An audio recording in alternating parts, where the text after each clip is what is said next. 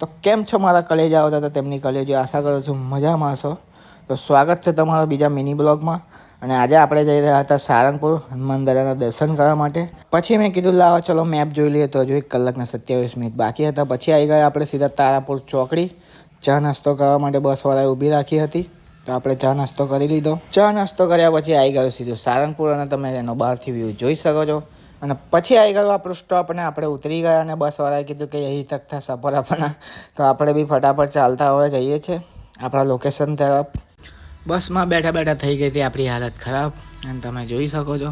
અને આ છે મારા 2 મોટા ભાઈઓ યશભાઈ કુશભાઈ. ભાઈઓ જોડે વાતો કરતાં કરતાં આવી ગયું આપણું લોકેશન.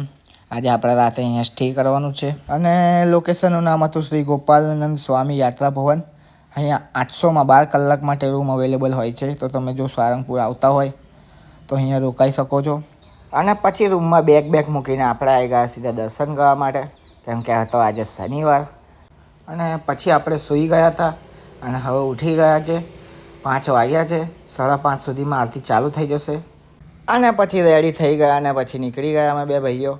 અને એક ભાઈ બીજો વધારે જલ્દી રેડી થઈ ગયો હતો તો એ તો પહોંચી ગયો છે આરતીમાં. તો આપણે પણ ફટાફટ હવે આરતીમાં જઈએ. અને પછી આપણે આવી ગયા સીધા મંદિરે.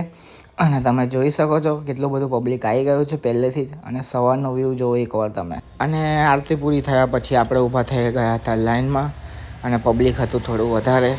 અને તો બ્લોગમાં બન્યા રહેજો. અને તમને 10 મિનિટમાં દાદાના દર્શન કરાવીશું. અને પછી આવી ગયા આપણે સીધા મંદિરની અંદર. અને તમે જોઈ શકો છો કેટલું ખૂબસૂરત ડેકોરેશન કર્યું છે.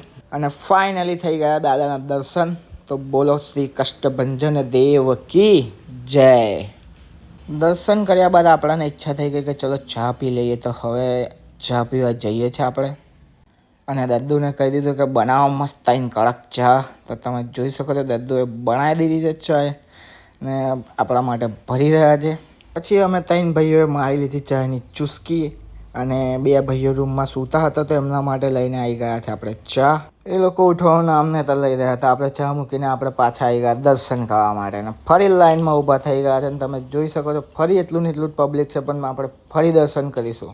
પછી આપણે ફરી દર્શન કરવા આવી ગયા હતા. તો મમ્મીને પણ વિડીયો કોલ કરીને ફરી દર્શન કરાવી દીધા છે. અને તમે બી ફરી દર્શન કરી લો. તો બોલો કષ્ટભંજન દેવ કી જય. 2 વાર દર્શન કર્યા પછી આપણે આવી ગયા છે હવે થોડુંક ફોટોશૂટ કરવા માટે.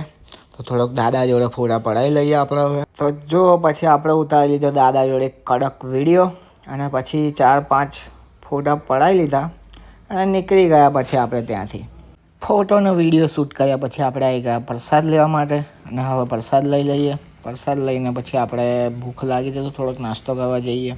ત્યારબાદ આપણે આવી ગયા સીધા શ્રી કષ્ટભંજન દેવ કેન્ટીન અને રેસ્ટોરન્ટમાં. અને પછી લઈ લીધું ચા પાપડી પૌવા અને બધું લઈ લીધું છે. ને ખાઈ લઈએ. ત્યાર પછી આપણે રૂમ ચેકઆઉટ કરવાનો થઈ ગયો હતો સમય. તો બધો સામાન લઈને આવી ગયા છે બહાર. અને હવે ગાડીમાં સામાન મૂકી રહ્યા છે. અને હવે જઈશું સીધા વડોદરા.